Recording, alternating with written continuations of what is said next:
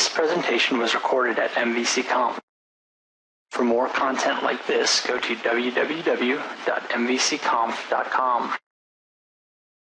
JetBrains, the leading vendor of professional development tools, now offers a range of new products for .NET developers. In addition to ReSharper, the top-class productivity extension for Visual Studio, you can now use .cover to run coverage analysis for your applications, .trace to find performance bottlenecks, and use TeamCity and UTrack for a perfect combination of continuous integration and issue tracking software. Go to www.jetbrains.com for more information. I apologize profusely. My original topic of this talk was going to be ASP.NET MVC2, but I really feel tired of talking about that, so I thought I would talk about ASP.NET MVC3, razor sharp web applications.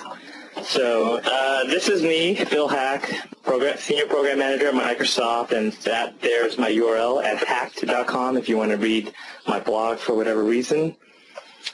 And today what I want to do is just highlight some key features of ASP.NET MVC3. And if there's time, which there might not be a whole lot of time, so we can always ask questions offline, but if there's time, I can answer some questions about MVC3 at the end. So one warning, these are pre-release bits at work, so I always mention that, even though I think these are pretty high-quality pre-release bits, as MVC3 is in many ways mostly additive to MVC2. So yes, everything you know about MVC2, you'll continue to use in MVC3, and I'll call out some features that are MVC2 features that may have been improved in MVC3, and others I might just show some MVC2 features since I'm not sure where everyone is in terms of understanding what MVC2 even brings to the table. So I'm going to assume that you already have a fairly decent understanding of what ASP.NET MVC is, so I'm not going to walk you through the intro stuff so much. So I hope that's okay. Actually, let's go to demos, and then we'll talk about what's in MVC2. All right. So ASP.NET MVC3, we're getting close to Preview 1. In fact, we hope to release Preview 1 before the end of the month. So that's coming up very soon. And this is just the first preview, so it's very early in the phase. I know a lot of people feel like, well, we just released MVC2 RTM. We're just kind of showing you really early previews of some of the things we're working on in MVC2.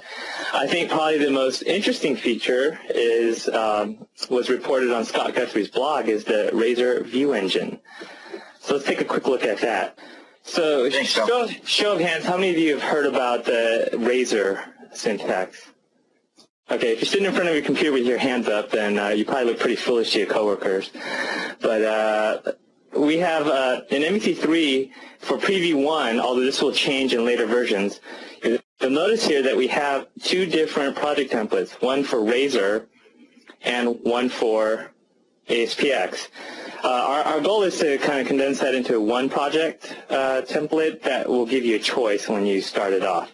So I'm going to pick Razor View Engine here. And here you see the familiar Create Unit Test project. Now most demos, they choose the iSelect button, but I'm not going to do that this time. As you might know from previous demos on ASP.NET MVC, this drop-down dialog, you can hook in other unit test frameworks. We'll probably add a drop-down to choose your view engine up front so that any templates that you want in there will already be in the correct view engine.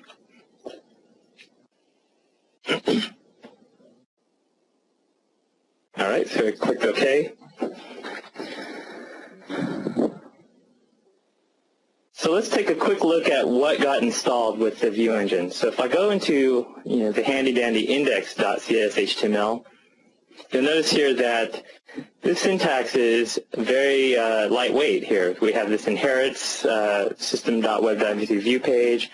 We get this little bit of code to set the title and set the layout page, which is in web forms terms would be a master page.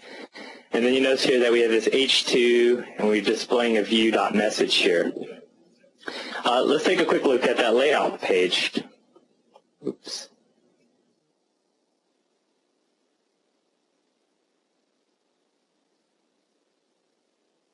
So this layout page, it looks like your typical HTML page. We have the inherits up here again. Now we're displaying that view.title, and we have this little bit of @ funkiness, @ sign funkiness, and then we have this call to render body. Now, layout pages work a lot like master pages in the sense that you can define multiple sections. So I can say, I got to remember what I think it's called render section. So I could define, define this call render section here, and then in my template, I can say @section. I forget the exact syntax. Footer. I just made up a new demo on the fly, and I should have known not to do that, but I always try this stuff. Let's try this. And if this doesn't work, the guy who wrote this stuff is around the corner. I can just ping him separately. Hey, Brad Wilson's helping through QA. It says @section footer space curly brace. @section. Then the name of the section. Like space footer? Yeah, whatever you called it, and then that's it. Oh, that's it. Okay. Yep. Thanks, Brad Wilson. Is it case sensitive?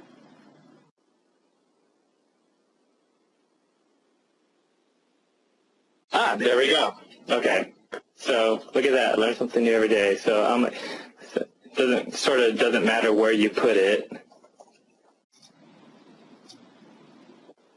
So conceptually, it's very similar. Although the mechanics and the internals are maybe very different, conceptually it's very similar to how you would imagine master pages to work, except one nice benefit is that you don't have to define, this is similar to a content section. Everything that's not in a section in your content page is, by convention, rendered out in the call to render body. Does that make sense? So I can define sections in my master layout. I can define the contents of those sections in my content HTML view, and we're good to go.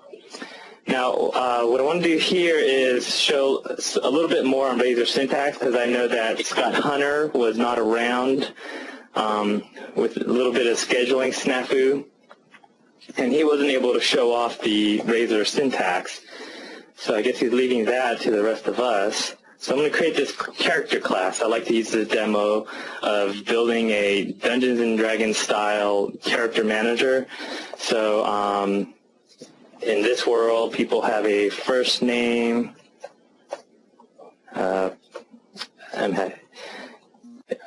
last name, they have hit points, and they have a level. So yeah, this game is not that complicated, right? There might be more things you add, but let's start with this. So I have a character class, and now in my home controller, I just want to return an array of these. So var characters, not cars, equals new character. I'll just create a couple. New character. Hit Control dot here to import the using. And now I'll use one of my favorite characters, Brad Wilson.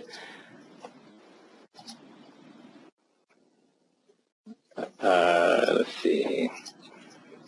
Hit points equals 100 and level equals 10, let's say. And then, 100 is not a string. All right, let me just create another one. Say Scott Guthrie, hit points 500, level 80. He's a badass. And we'll get I want to get myself in the game for level 1. There we go. And let's return these characters. Oops. Okay, the point of this is I want to show a little more interesting usages of the Razor syntax. So now I'm in the index view, and I want to display that list of characters. So anytime I display lists, I often use the unordered list element. And what I want to do is for each var character in model, and I just want to display the character dot first name for now. Now, there's a couple of things I need to do first. One is I need to change my web view page to actually have the correct model type. So for ease, I could just make this dynamic since we will have IntelliSense sometime in the future. We currently don't have IntelliSense supported. In fact, the syntax, the color highlighting that you're seeing is some unsanctioned internal build that will destroy my machine. So I've been warned, but I wanted to just kind of show what it might look like. In Preview 1, you will not get this color highlighting nor syntax highlighting. So, that's kind of a bummer, but we'll get that there eventually. So let's see if that works, because I kind of cheated a little bit. Okay, we got Brad, Scott, and Phil. Now, a few things I want to show. I could have made this I enumerable of, let's see, I need to get the actual type name. Yeah, could you turn off your cell phone, please? Sorry about that. I'm just joking. It's funny, like you think in a virtual conference you're not going to get interrupted by a cell phone in the middle of the roll. So you see here I can specify the model type. One of the ideas we have that, I'll show you, but since we haven't implemented it yet, this is the kind of thing that, we may discover down the road is impossible, is to actually just support at model, the model type. And somehow combine that with whatever the view type is, because that view type could be your derived web view page for all we know. That is not in Preview 1, so I won't show you that. Okay, so you see here that this works with strongly typed. Once we have IntelliSense support, you would actually see character.firstname with IntelliSense. But I can also, just use dynamic if I want. It doesn't matter for right now. Okay, so a couple things here is, if you haven't noticed, this is very succinct syntax, and it's very aware of the context of HTML and C#. So @ sort of turns you into this code mode, and now I'm writing C# code. But you notice here that as soon as I start writing markup, I'm back in HTML mode. And then I hit this @ and now I'm evaluating expression, but I have this /li to let me know that I'm back in markup mode. So I don't have to do this, less than % and then close the less than % with a % greater than. I can just do this @ and, for example, to end the for each brace, I have this semicolon here, and that just works. I don't have to do this. I can just do this, and we see here that it is indeed working. Now, what's interesting is there's a lot of cool things like my first name is, you notice there I ended that with a dot, which is a valid C#, character in terms of, starting a call to the next method or property. And you might think, oh, that's going to break, but the good news is we handled that just fine. So you can see there that we understand C# well enough to know that if you have a dot and it's not followed by anything interesting, that that dot is probably literal content.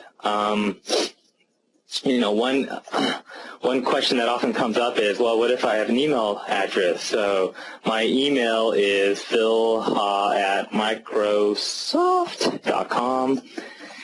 You can see there that that @ didn't get highlighted, and the syntax is smart enough to know that to recognize the general pattern for email addresses and doesn't try to do anything like that. Now, what if I wanted something like Phil Ha as a prefix to all my characters' last name? Now you see here that kind of fits the general pattern for an email address. So in cases like this, we always have a way of being more explicit with the Razor syntax. So here I can be more explicit and say, well, this is actually a code expression. I want you to evaluate that. And now we see Phil Hall Wilson, Phil Hall Guthrie, and Phil Hall Haack. Okay. One more just for fun because, this is always comes up. But in C# you can do things like you can have C# identifiers as properties. So here we have this @ class. @ is the escape character for that, if you didn't know. Let's go back to home controller. And let's set one of these just for fun. In fact, we're going to go really bad, and we're going to make that a JavaScript. Oh, noes! You have been hacked.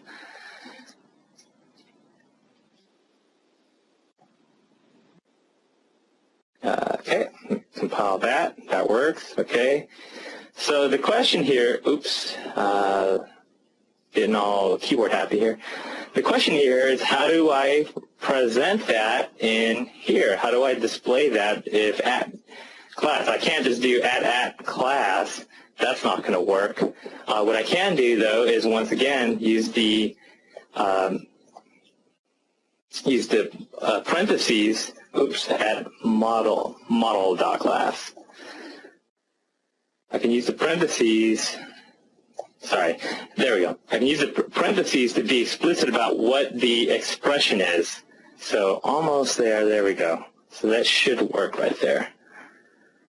No whammies. Oh wait, I messed something up. Oh, sorry. That's at character.class. There we go. Another thing you'll notice here is that we're seeing the contents of the script being printed out. So the @ sign, let me just show you that for a second. So when we evaluate expressions within this Razor view engine, we HTML encode by default. As a matter of fact, we follow the same auto-encoding rules that we do with the new <% syntax that was introduced in ASP.NET 4. So if you really wanted to show that script for whatever reason, there's always a way. So one way you could do that is mvc HTML string.create. You can wrap the return value in an mvc HTML string because that implements this interface iHTML string, which is used to indicate that yes, this really is intended to be HTML, and I will, take responsibility for you have vhack. Okay. So the hacker can't spell. Hey, Phil, I got a couple questions in here in regards to the Razor pieces. Can you answer them? Sure. Why don't you ask them and I'll answer them. Is that how it works? Well, is there some place I should be looking for these questions? No, actually, I'm managing the Q&A stuff, so don't worry about it. So I got it right here. So I'll just ask them. I'm just trying to find appropriate times to inject. How does this work with VB.NET syntax for the Razor stuff, or is that something completely different? So the VB.NET syntax is supported in Razor syntax, but it's not yet supported by mvc3 Preview 1. What we decided to do was go a depth-first implementation of templates, CSHTML support, and then make sure that the whole experience works. And then later we will add the VB.HTML support. So you notice here that these files have the CSHTML extension. The VB.NET syntax version of this has the VB.HTML syntax. So that will come later, not in Preview 1. But it will be there for mvc3 RTM. Cool. Will we be able to supply the default content for sessions and layout? Like, for example, choosing to override the content in our views only when necessary? So the question is, in layout here, can I specify the default content for footer? Yeah, and then can you override it? Can I override it? Well, we can certainly override it, but can we specify the default? Currently, it looks like I don't know how you would. currently, but that's definitely interesting feedback. So if someone wants to take a note of that, I'll follow up with the Razor syntax team. Cool. Another question is, can sections be optional? In a previous demo, when that wasn't filled out in the Razor view, it threw an exception. When it wasn't filled out in the... So if I deleted this, you're saying if I deleted this, would that work? Is that the question? Yeah. Let's try it out. So it needs to be defined. So it needs to be defined, but that's an interesting piece of feedback, and should we require that, or should we have an overload that says optional? That's really, really good feedback. Appreciate that. All right, and I think... Keep track of those notes, because I don't have the capability to right now. Yeah, I'll leave them in the queue, Q&A, awesome. So that's cool. With my really intuitive, insightful answers.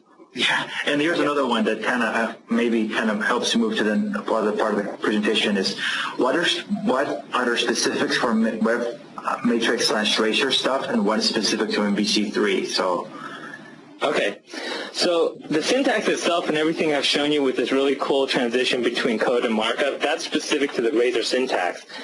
Let's look at this view.message. This is brand new because view.message is not a property of my model. So where did this come from? Well, one of the things we added to both view engines for views is this view property that's a dynamic. Now this here is a shortcut. It's just a cleaner syntactic sugar over doing this. It's a cleaner way of referencing view data dictionary. So if I add this section back, okay, and then if I just change this to view data of message and refresh this page,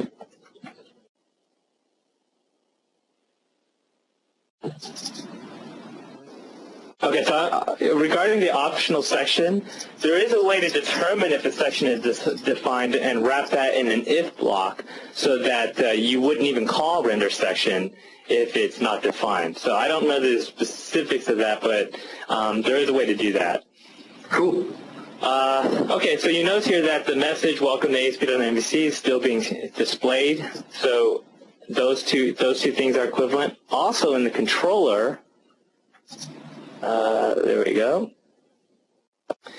You notice here that we set the message with viewModel.message.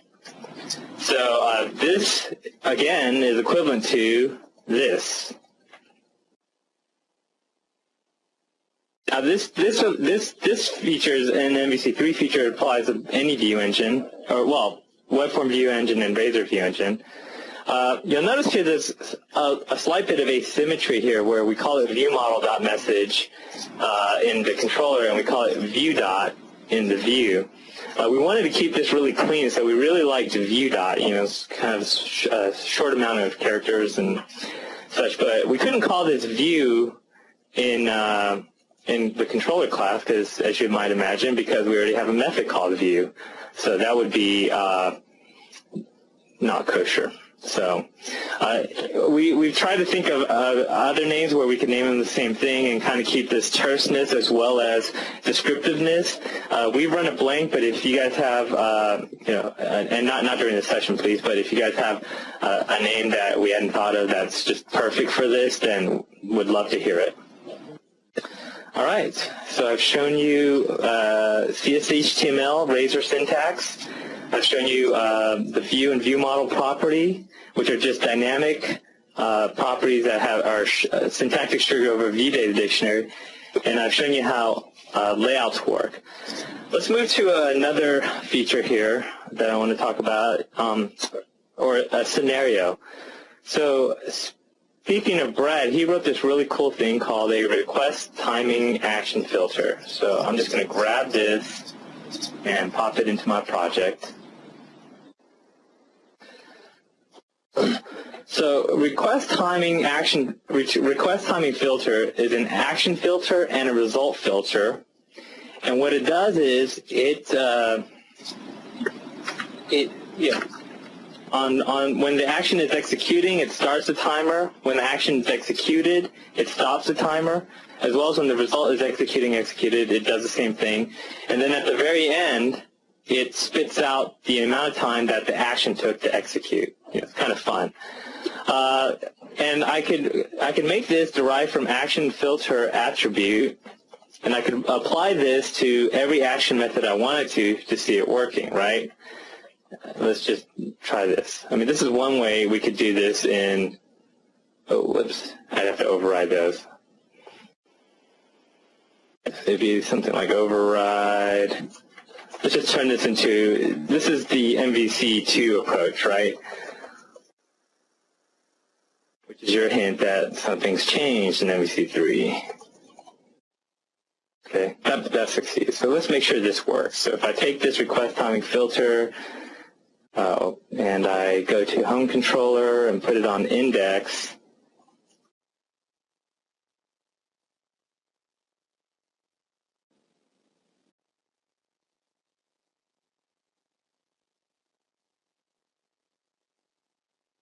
we can see here that action home index took 0 milliseconds to execute and 1,721 milliseconds to render.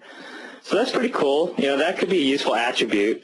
But what's kind of a pain about this attribute right now is if I go to about, something bad happens. What happened there? Oh, I know what happened. Let's go delete that layout here, that footer section from the layout. I'm done with that demo. And then in index, let's just get rid of that. Okay, so now when I go here, we'll see that that filter is not on the about action. What would be really nice is if I could somehow register this filter to be global to all MVC requests. So what you can do here is, if you don't even intend this action filter to be an attribute, you only need to implement these base interfaces, iActionFilter, iResultFilter.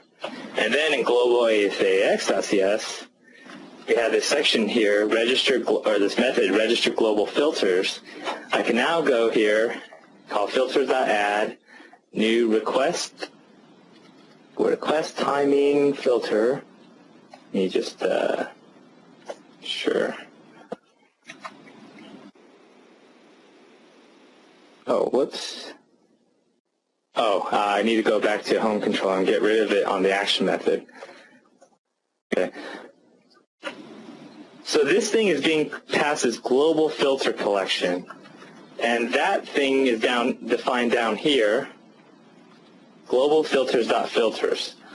So via this static property, global filters.filters, you now have a means of adding a global action filter. So here I'm adding the global request timing filter.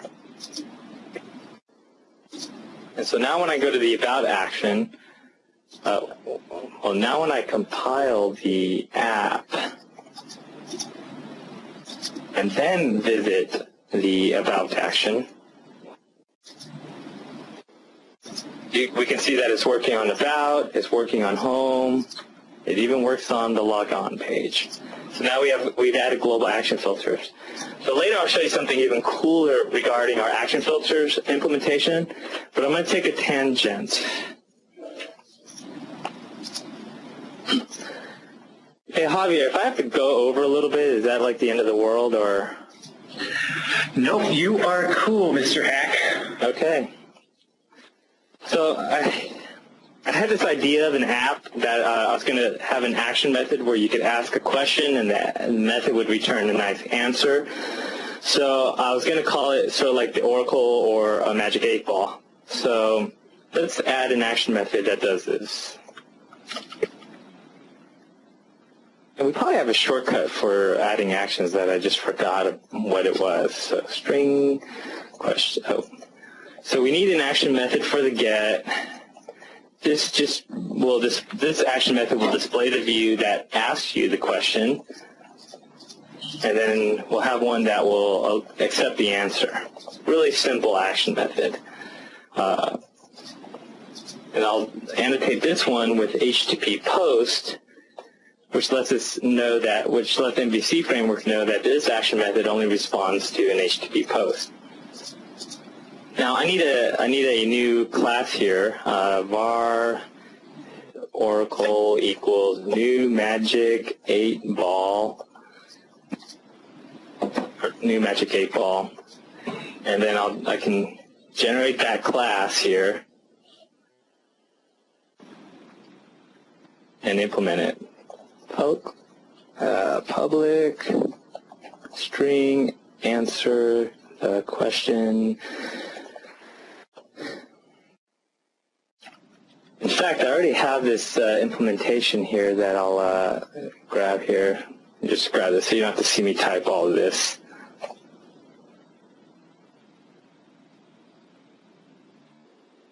So I have the set of answer options, and we randomly choose one of these answer options when we call answer.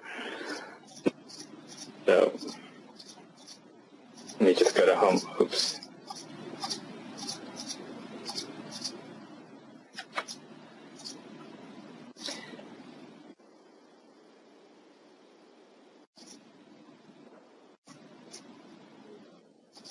Other than lazy, I'm not going to create an actual view model, so I'll just use a dynamic. So answer equals you didn't ask.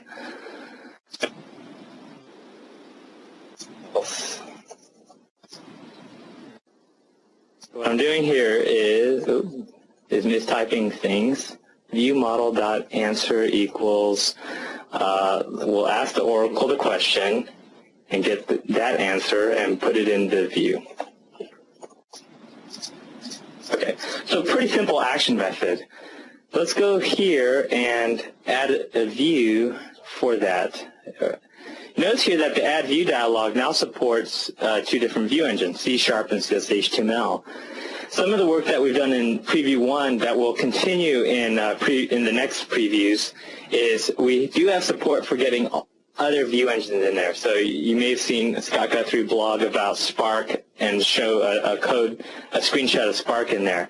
That support isn't 100% in Preview 1, but you can get other options in that drop-down. So I'll choose Razor here. And let's see, we'll use the using HTML.begin form, usual stuff that if you're familiar with MVC, you've seen before. A close brace, and then I'll just have a label, ask a question, and then I'll have a HTML.text box, question, oops, and I'll have a input type equals submit. Really the most bare bones form I could think of. And then down here we can just have a H3. We can display the view.answer. If there is an answer, it'll get displayed down there. So let's check out how this is working. So I go to home.answer.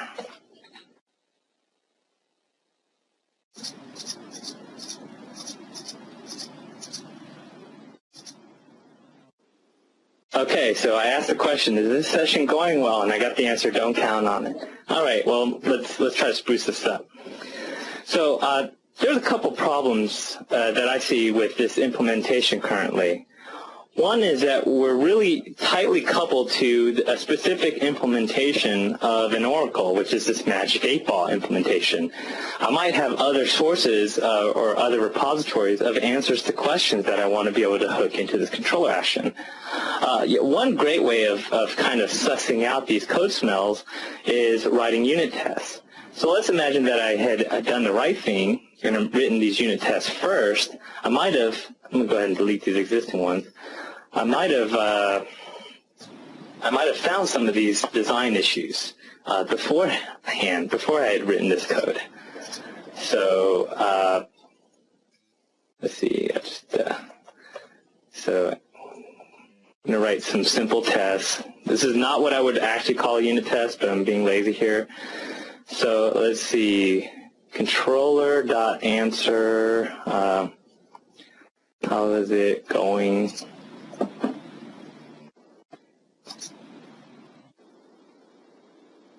Assert.r equal controller.view model.answer. Okay, so I have a problem here. I've got this unit test, but let's see. Oh, well, first of all, I need to, since I'm using a dynamic property, I need to reference the Microsoft.C# library. So I can use this handy dandy little search thing here. So that's a Visual Studio extension I'm using to find references, which is really pretty cool. I forget which one I'm using right now. But as you can see here, I have no idea how to test this because, well, first of all, that answer is non-deterministic. And secondly, it's coupled, the internal implementation of how I get the answer is very tightly coupled within that answer. I can't control it for the purpose of my test. So ask the Oracle. So this test is wrong. This test should be, if I give you an empty string, I should see, I'm kind of doing this backwards since I've already written the code. So I have two tests here. If I don't pass an answer, I expect that the controller logic is to set the view model answer to this phrase, you didn't ask. But if I do set a question, I can't even write this unit test. So let's refactor the code a bit. So our unit tests have kind of exposed the code smell. So what I can do here is let's extract an interface and make this unit test better. So first I'm going to go back to my home controller, and I'm going to click on this Magic 8-Ball class, and I'll hit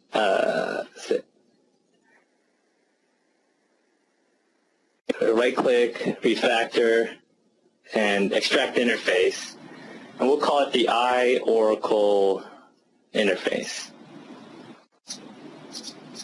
So why are there so many members? Hold on. Actually, let me hit F12 to go to the class, and let me do it from here. I might be choosing the wrong place. Extract interface. Okay, good. So I'm going to call this iOracle.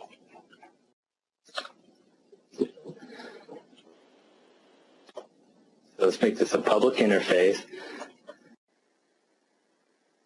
And in home controller, what I need to do is, instead of having a tight coupling, I'm just going to add a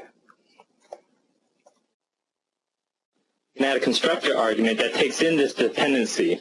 So the idea here is that Oracle home controller has a dependency on this service called an iOracle. And that's the thing, I don't want home controller to be the guy instantiating that. I want someone else to give it to home controller. Oracle.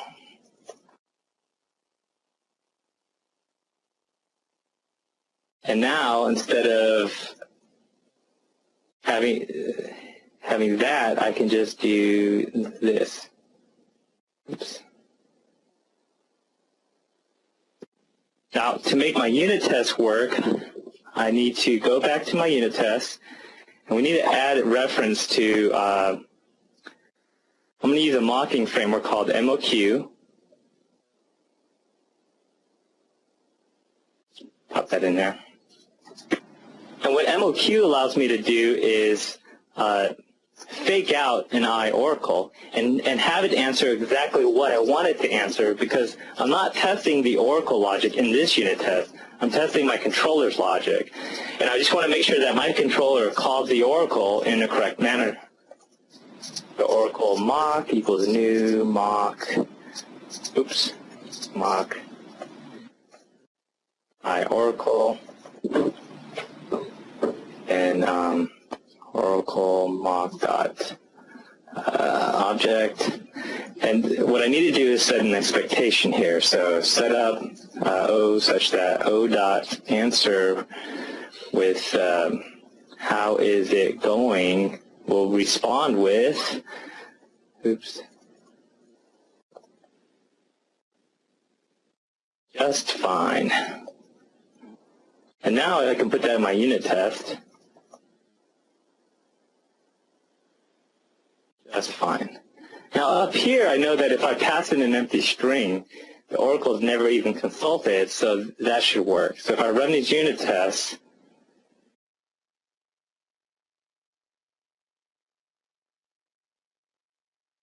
I get one failed and one, no, oh, what happened? You're missing a period on the expectation on the second one?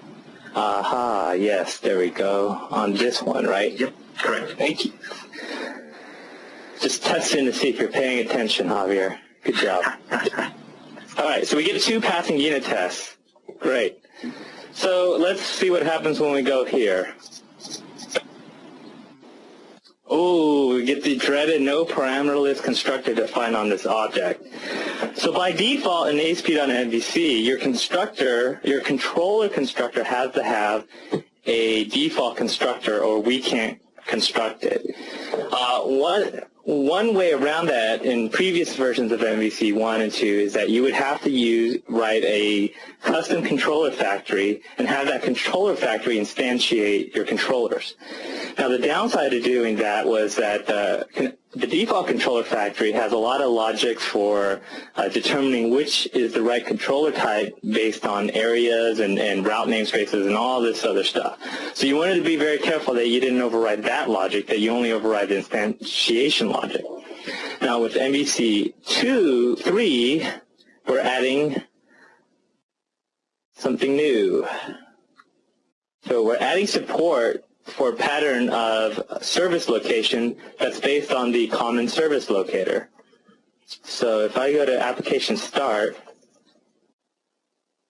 I can do MVC service locator dot set current, and you notice here that it accepts an iService locator. Now currently, the iService locator, the interface is exactly the same as the common service locator. So if you're not familiar, the common service locator was an interface created by the P&P group in collaboration with a lot of dependency injection container or IOC container authors. And our interface is exactly the same, but currently it's in our source code. We copy that interface. The plan is that we would actually take a dependency on the actual one in the future. But currently we just copied it for ease of deployment in Preview 1. So what I can do here is set a service locator with a dependency injection factory. So I have one here that another Microsoft dude wrote for me called ninject MVC service locator. So he wrote it and then I had to fix it. So this, just to show you what the iService locator interface looks like. It looks like this, get all instances, get instance by type, get instance by type and key, and so on. So pretty straightforward. I give you a type and you gave me the instance that implements that type, registered for your dependency injection container. So, I need to reference inject in order to do this. Okay. So I have this ninject service locator, and what I need to do here is create a kernel. This kernel thing is a ninject thing. So new standard kernel, but pretty much every dependency injection framework has something similar to this. New ninject registration module. Now this module is where you're going to have your bindings. So bindings is a way to say, well, when you want to create an iFoo or an iBar, here's the concrete class I want you to use. So you kind of decouple what the concrete types are from their instantiation by registering them in this module. And then what we do is we new up the service locator. Equals new ninject MVC service locator kernel, and we pass that guy into set current. Okay, so now we just need to go here. We have this ninject registration module. So I don't have that code memorized. I'll just not type that out. It's actually not a whole lot of code, but I'm lazy. Okay. So this is a standard ninject module. If you're doing this DI by hand, you would still have something like this. So I have this registration module that inherits from the ninject model. The key point here is I put my bindings here. Now, with the default controller, or with, if you were writing your own controller factory, you might have to put a binding for every controller or that. But with our support for dependency injection, we really wanted to make it work such that you didn't have to, once you hook in your own dependency injection container, you're still not required to override everything in the system. So if you don't register something, then the default behavior works. So in a lot of places where we have hooks for doing dependency injection, we also have a fallback using our typical static factory approach. So what that means for me here is that I can just do something like bind I Oracle, let's make sure I get that type imported, to magic 8-ball, and I'm going to, wait, is bind not,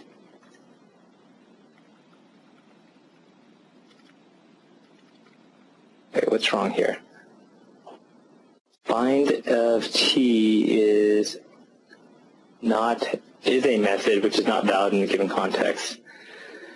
Can anyone see why that's based up? Bind.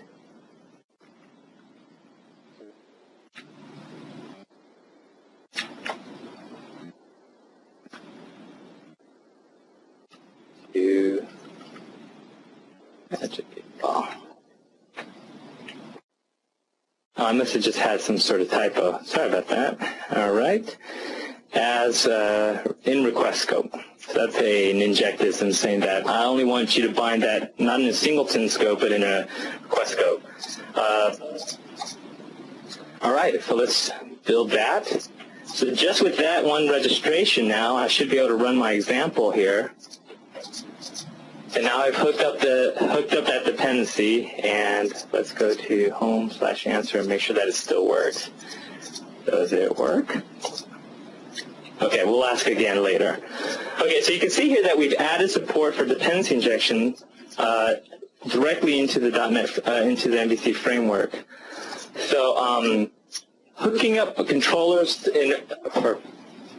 hooking up dependency injection to supply controllers with their dependencies is an interesting usage of that, but many of you were already exposed to that with controller factories. What's nice about this approach that I showed you is I didn't have to override the default controller factory. The default controller factory just delegates to your service locator, and now it's handling. But I do want to show you kind of a more interesting example. So going back to the global filters, a common question that comes up is, well, what if I don't want that filter to run on every single request? Well, as I mentioned earlier, while we do have this global filter.filters property, you can also register something called a filter provider by using your dependency injection framework.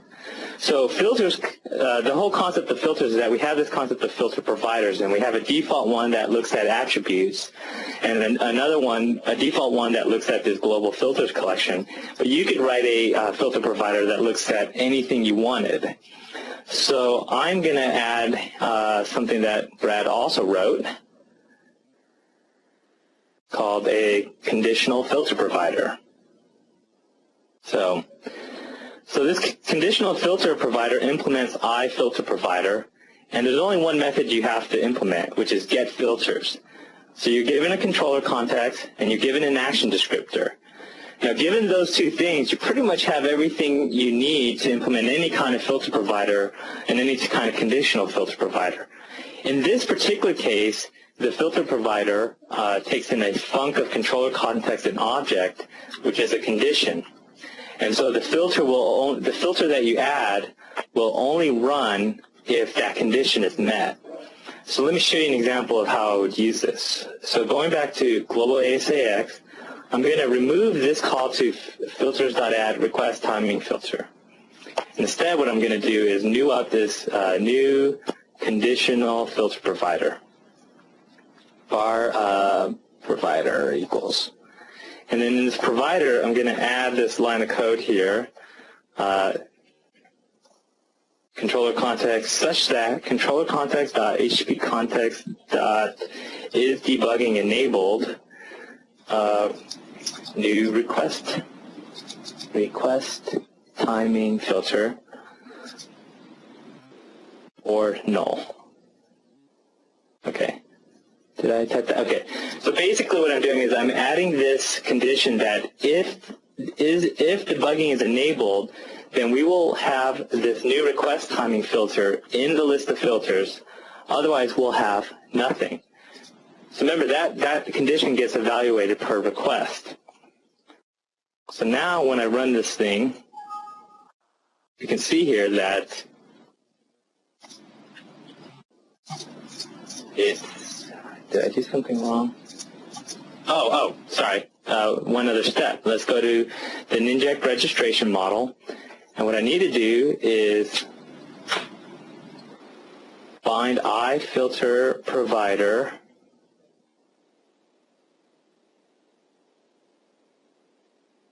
to conditional filter provider. So here I'm using my normal dependency injection container of choice to bind a iFilter provider, which is an MVC type, to this new one that I just wrote, conditional filter provider.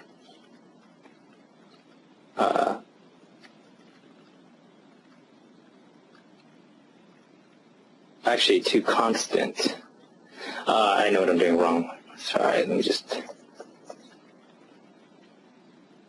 In this case, I always want it to be this one instance of provider, so I'm going to use provider.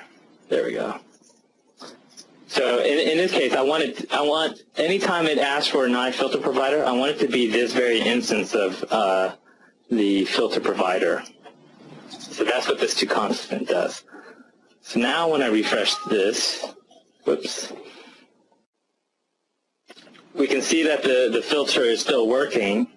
But if I go into web.config and turn off debug, oh, here it is, false, and refresh this page,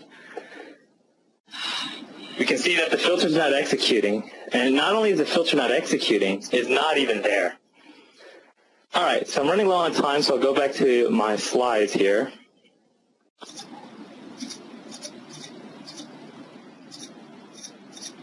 So let's talk about what's new in ASP.NET mvc3 Preview 1 specifically. So I already showed you the Razor View Engine. I showed you that we have multiple view engine support in the Add View dialog. We have global action filters, and we have dependency injection support. And I showed you two of those 4 hooks. So controllers, controller factories, filters, views, and view engines. We're looking, there's other places in the framework where we think that it may be possible and valuable to add more dependency injection hooks. But for Preview 1, we have those 4 hooks, and we're really keen to hear feedback on what other areas you would like to see dependency injection hooks in the framework. And then we have support for .NET for metadata and data annotations. So if you run into the whole problem with display name attribute not being localizable, well, we now support the display attribute out of the box, and we also support iValidatable object out of the box, and some of the new .NET for data annotations. So that's it, and here are ways that you can get, oh, those are some old bullet points. Okay, here's some ways you guys can get involved. That first link is our ASP.NET MVC forums. We also have a Codeplex site where you can get where you'll find our early previews and source code for MVC. We have our website where you can find videos and documentation on MVC. I have these EF blog items in here because they just came out with this new improvements to code first, and I was showing that off in a previous talk. Thank you, Phil, for taking the time to speak to us about the cool stuff that's coming down the pipeline for MVC3. My pleasure, and sorry about the technical difficulties, but I hope you enjoyed the talk and are excited about MVC3, and it'll be out very soon, so you get Preview 1 will be out very soon, so you get to play with it.